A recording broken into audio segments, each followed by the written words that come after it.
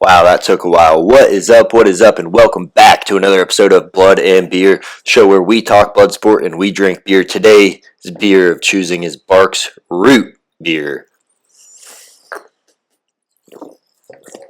Because it's 1 p.m. on a Wednesday, and come on. Last UFC card of the year this weekend, Buckley versus Covington. We're going to be recapping UFC 310 today first. Then we're going to look ahead at that whole card. We're going to break down the fights and look at some big fight announcement and other news going on in MMA as we wrap up the year. So, without further ado, already tried this. It's delicious. Best tasting beer I've had on the show, without a doubt. All right, so UFC 310. It was a hell of a card. It was a stacked card if you're a UFC diehard, if you're a junkie like I am.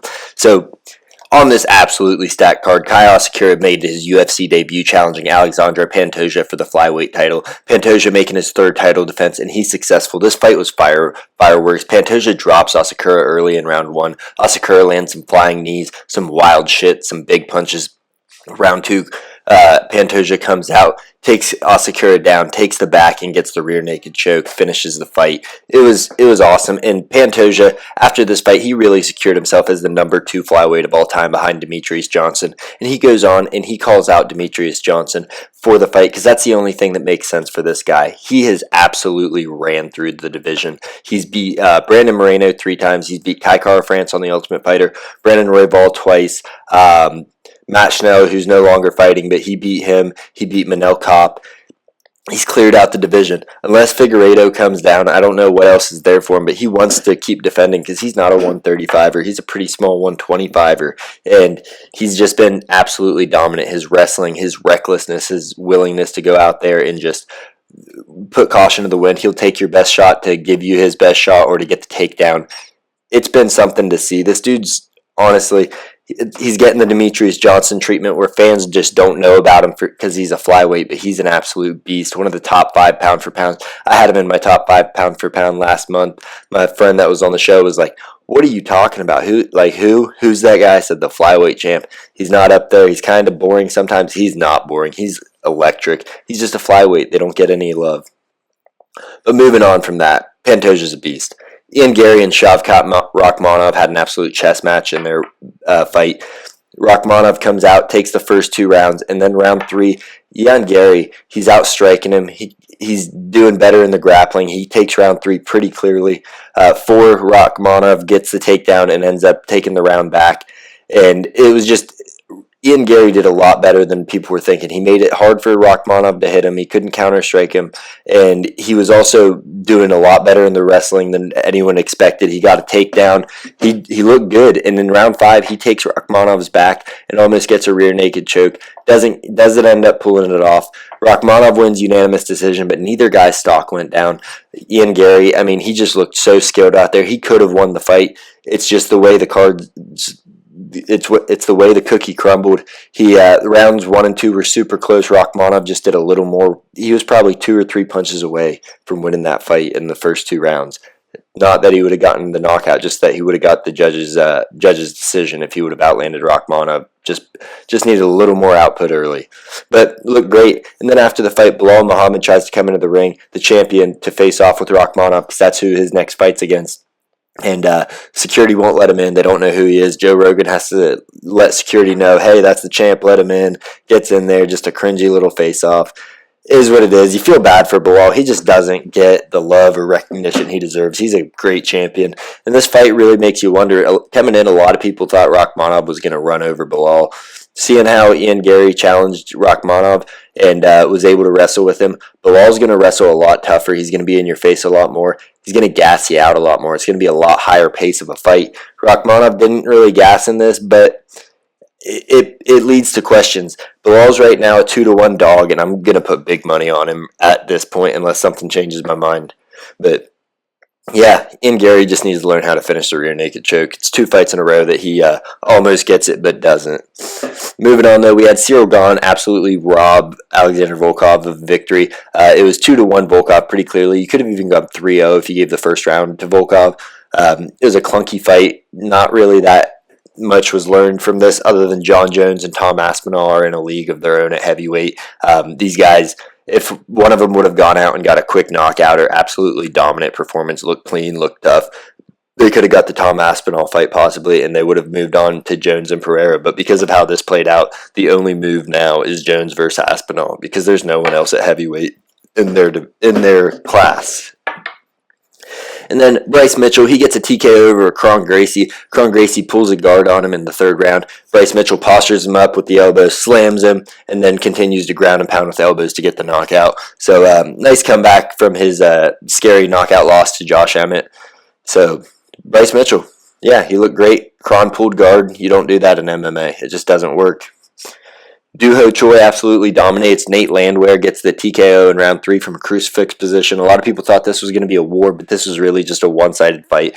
Doo Ho Choi was on him. Just a lot more technical. He's not afraid to fight and get into a brawl, but he's also a lot more technical than Nate Landwehr, so he gets the job done pretty easy. It actually calls out Bryce Mitchell. Mitchell accepts the call out. We'll see if that fight happens. That'll be fun. And then Movsar Evloev. This is the last fight I'll talk about from this card. He had a fun fight with Aljamain Sterling. It was another chess match. This was a high-level grappling affair. Aljo got a ton of takedowns. Movsar reversed position a few times. He was able to get control. It was round 1. I thought Aljo won. Round 2, Movsar. And then round 3, Aljo was dominating it until the last minute of the round where Movsar ends up reversing position. Aljo looked a little gassed, and Movsar started landing a lot of ground and pound. Takes the judge's decision. It was close. Both guys looked really good. They're going to both be a problem at 145 if Aljo continues to fight. That was the toughest wrestler he's ever fought, and he out-wrestled him. It really surprised me. If you watched the last show, I was talking to Aljamain. Me and Seth both said Aljo's going to get out-wrestled by this dude. We messaged during the card, and we were like, wow, we were wrong. Aljo looked really good. He was the better wrestler out there. It's just Movsar was able to reverse position and do a little more with the control that he had.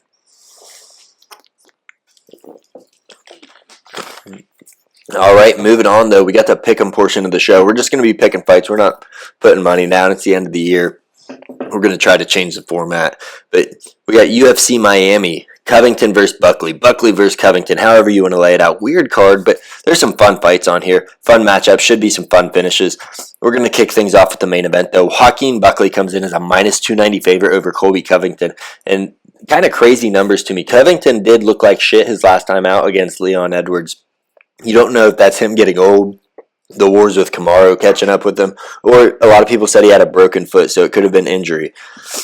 But if Covington is back, if he's not old, he's going to go out there, he's going to wrestle Joaquin Buckley. He's going to outpace him. He's going to exhaust him. Joaquin Buckley's a beast. He's got one-punch knockout power. He's athletic as shit. Watch my language, but very athletic, and yeah, real knockout power. Problem is with him, he started to gas out, it seemed like, at the end of the Wonderboy fight before he knocked Wonderboy out. So, I mean, how gassed was he really? But he did look a little exhausted, and that was a 3-rounder. This is a 5-rounder. That's Colby's forte. He's only been doing 5-rounders lately. And he's just the pace that Colby puts on you, the wrestling. I think it's going to be too much for Buckley. I think we could honestly see Buckley gassed and go out in the 4th or 5th round. I don't know. It could also be a quick knockout for Buckley if Covington's not back. But if Covington is back, if he still has that wrestling, I know he's older, but if he still has that wrestling, if he still has that pace and that drive, and he's not hurt anymore, I think he's going to take this in a TKO in round 4 or round 5. Could go to the judges' scorecard also, but I'm riding with Colby. I'm riding with the dog in this main event. So next up, we got Cub Swanson taking on Billy Quarantillo. Quarantillo, plus 135 for Swanson, minus 160 for Quarantillo. And this fight could be really fun. These guys have high volume, both of them. Quarantillo, a lot higher volume than Swanson. Swanson still got speed. He's 41 years old. I don't love that in this fight, but he's got the speed. He still has power, but he gets hit a lot more. He doesn't have the same reaction time. He's still a beast, though. He lost his last one out. Both these guys are 2-3 in their last 5. Lose one, win one, lose one, win one. So that's where they're at in their career. But Quarantillo puts this pace on you, and I think it could break Swanson just with his age. He could break down. It could be too much physicality. Not that Quarantillo is super physical or super strong. He throws a lot of 50% shots, but he throws a lot of them. He's always in your face, peppering you up, and just overwhelms you with pressure. I think that Quarantillo is going to get this done on the judges' scorecard. I think he's just going to out-volume Swanson. But Swanson could catch him while Quarantillo is throwing one of his 10-punch combinations and knock him out. Just have to wait and see, but I'm riding with the favorite, Billy Quarantillo, in this one.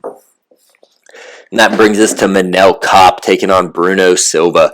This fight, it's going to be fun, I think. Kopp is a beast kickboxer. He's a minus 380 favorite in this one, and Silva plus 260 or plus 280 coming back. So Kopp, beast kickboxer. A lot of the times the problem with those guys is they get taken down and rode out. He's got amazing takedown defense also. He was able to prevent Mohamed Makayev from taking him down and dominating him for large portions of the fight. The only reason Makayev was able to keep him down is because he held the shorts, ripped him down. So he's a beast. Kopp is a beast. Bruno Silva is strong as hell. He's got real knockout power, and on the ground, he's got strong chokes. He chokes you out. He's powerful. He's a strong wrestler too, but I think that Kopp's going to be able to defend the takedowns. It's going to be a real test for Kopp. I think it's going to be a lot closer fight than people think, but I think Kopp is going to take the decision or possibly get the knockout. He's got real knockout power also. He's got dynamic strikes, a variety of weapons with his elbows, his knees. He'll throw flying knees at you. His punches are strong. He's got great boxing combos. So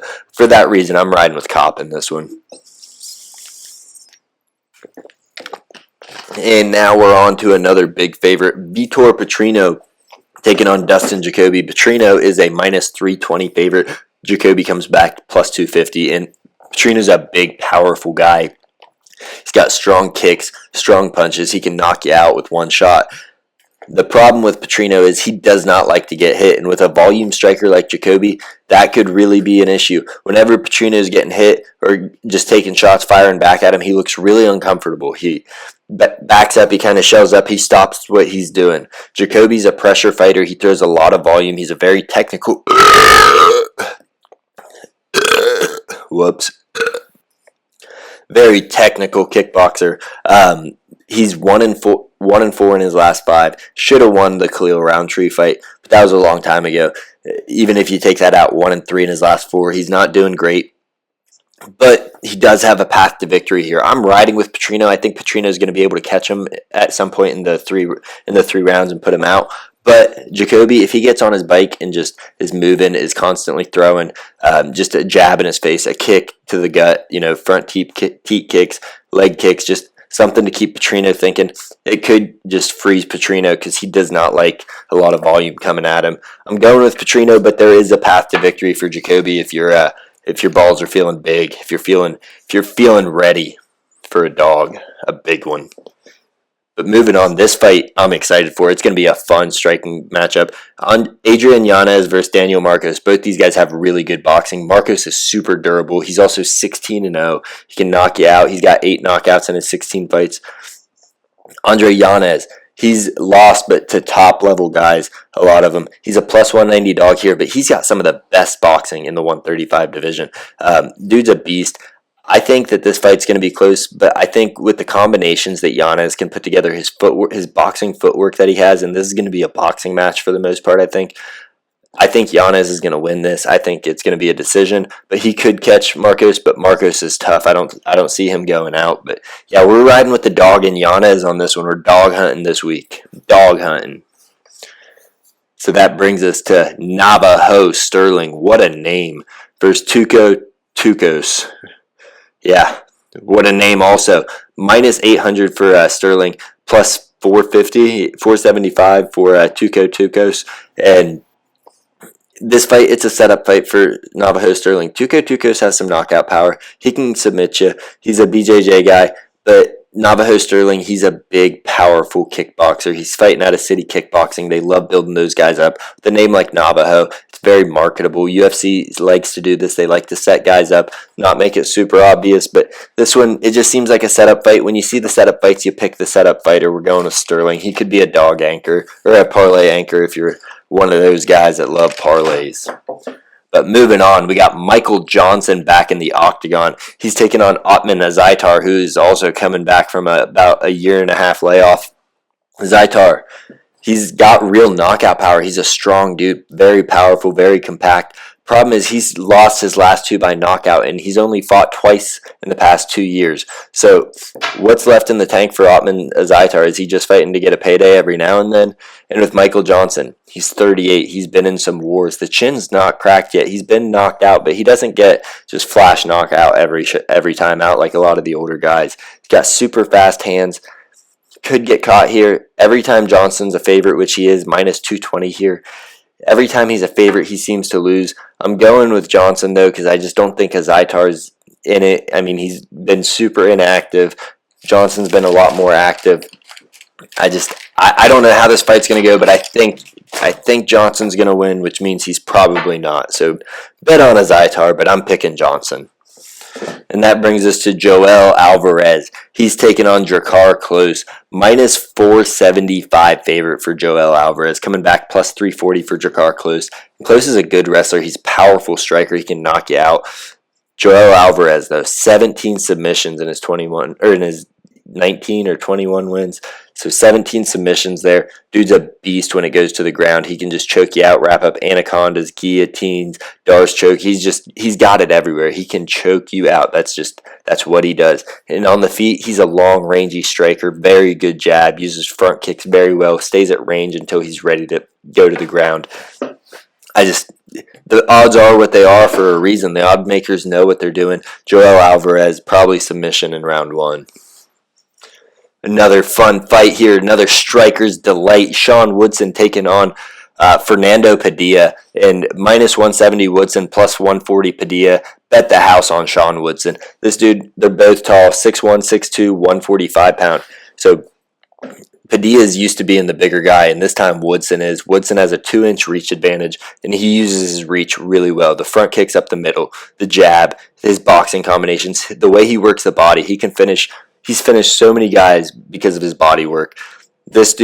Sean Woodson is going to run over Fernando Padilla. Padilla's got kicks. They're good. He's a good striker, but he's not going to be able to hang with Sean Woodson. Sean Woodson's a different level boxer, and he's got kicks now. His ground game's not terrible. Sean Woodson in a landslide, baby. I don't know if he finishes it, but he's going to win this pretty easy, I think.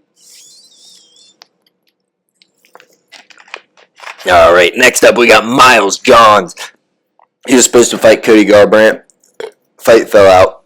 So he's going to be taking on Felipe Lima. And John's a plus 210 dog. Lima coming back minus 260. I saw these odds and I was like, what the fuck? This was the guy that was a big favorite over Cody Garbrandt, or a pick'em. It was a pick'em fight with Cody Garbrandt. I was like, bet the house on Johns. Love it. Then I watched tape of Felipe Lima, and this dude is a nightmare of a matchup.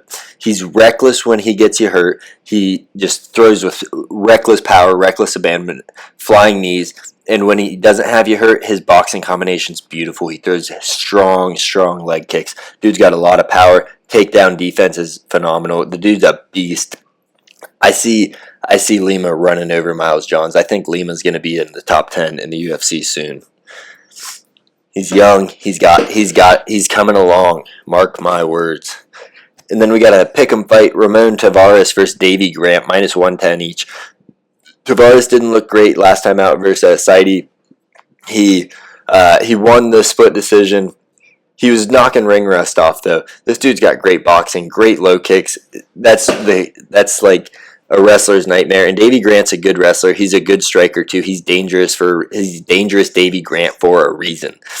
But he's 38 years old. Tavares, I think he's going to chin Davey Grant in this. Davey Grant doesn't get knocked out a lot. He usually loses decisions, but I think Tavares is going to be able to do it. He's just younger. He's 30 years old. He's coming into his prime. He knocked the ring rust off. He was coming back from an injury. He was still hurt in that Saidi fight. And This time, I think we're going to see the real Ramon Tavares. This was a guy the UFC was really high on when he came into the UFC. So I think we're going to get to see something special out of him in this one. All right, and then Miranda Maverick's taking on Jamie Lynn Horth. She's going to run through. She's a minus 650 favorite. It's going to be a pretty boring fight. She's going to take her down and try to do some ground and pound, but mostly control. That's how that fight's going to go, I think. And then Josephine Knutson's got a fight in the opener. I'm not trying to shove the women's fights under the rug or anything, but when they're not the top 10 in the women's division, it's really just not deep right now. The top 10 fighters are amazing. Other than that, it's not deep in the UFC right now. So that's what we got. That's what we got for the card. That's my pick'ems. So make your bets how you will. But that's who's going to win. I didn't go off the odds. I didn't say the values here. It is what it is. Colby's going to win, I think. I just picked who I thought was going to win, and that's what's going to happen this week. So now we're moving on to the fight announcements that were announced in this past week or so. PF Elator, they have a champion series on January 25th, and it's going to be Vadim Nemkov versus Corey Anderson 3, the trilogy. First fight ended in a no contest. It was an incidental headbutt, but Corey Anderson was beating the shit out of Nemkov. Second fight, Nemkov kind of just beat up Corey Anderson with kicks. For a majority of the fight, he out-wrestled him. He did what he did, and now they're moving up to heavyweight. They're going to be facing off in the champion series on January 25th because Ante Delia had fallen out of that fight with Vadim Nemkov. Then we have Sean Strickland versus DDP. That's going to be taking place on February 8th in Australia, UFC 312, as well as Zhang Weili versus Tatiana Suarez on that card. And then you have Islam Makhachev versus Arman Sarukian. There were rumors it was going to be on 311. It is official. And the co-main event on that card is Umar Nurmagomedov. He's going to be taking on Merab Dvalishvili for the bantamweight title at UFC 311, January 18th. And then Jared Cannonier, he's going to be taking on Gregory Rodriguez on February 15th in a UFC fight night. And then Jan Blachowicz versus Carlos Olberg finally for UFC London. And then other things going on around the MMA world. Ilia Topuria, he's out there talking online. He's saying that he's no longer going to be fighting at 145. He wants to move up to 155. Instead of being the guy that's always challenging for the belt as soon as he gets it, he says, I want to fight Charles Oliveira to welcome me back to 155. Banger of a fight. Oliveira is going to be a problem for him. Topuria could catch him because Charles does get hit, but man, Charles is a nightmare of a matchup for anyone. It'll be tough, but a lot of people online are like, what's motivating this? Why doesn't he want to fight at 145 anymore? When you beat the two GOATs of the division in Max Holloway and Volkanovski in 1 year, there's really a lot less of a challenge for you. The biggest test I could see for him is Aljamain Sterling, and he's got quite a bit of a path to get back to the title. Movsar Evlov, I think, gets slept pretty early against him. I don't think his striking could hang with him. Diego Lopez, I think he would get slept pretty early as well. I like Diego as a fighter. He's got a chin, but he leaves it out there, and Topuria's got some nasty power. So no hate for him moving up to 155, especially fighting a top contender in his first one back to earn a title shot instead of just be given one. And then Nate Diaz is facing battery charges for slapping a bouncer in Las Vegas. What's new? He's been getting in trouble and just little trouble here and there. I'm sure this will get dropped. They all do. Whatever. Come back and fight, I guess. And then Jack Shore, he retires from MMA at 29 years old. He had a pretty successful start in UFC. I think he started out 5-0, and then he lost a fight at bantamweight, moves up to 145, wins his first fight, and then drops the next two. He's a tweener that can't make 135, and he's not big enough for 145. I get the decision, so he's retiring from MMA. And yeah, that's all I got for you with the news. Last MMA event of the year, we might cover some boxing to close out the year with Alexander Usyk versus Tyson Fury 2 on December 21st. Naoya Inoue, he's a lot of people's pound-for-pound best. He's making his return to the ring on December 24th. He's taking on Sam Goodman. Probably going to absolutely smoke him, but that's all I got for you. We're going to do a recap of this on Sunday, but we might do a award show for our best fights, our best fighter, everything like that. I don't know how we're going to close out the year, but that's all I got for you. Thank you for tuning in. This is the last fight of the year. Thanks for rolling with me this year, and I'm Matt with Blood and Beer. I'll see you.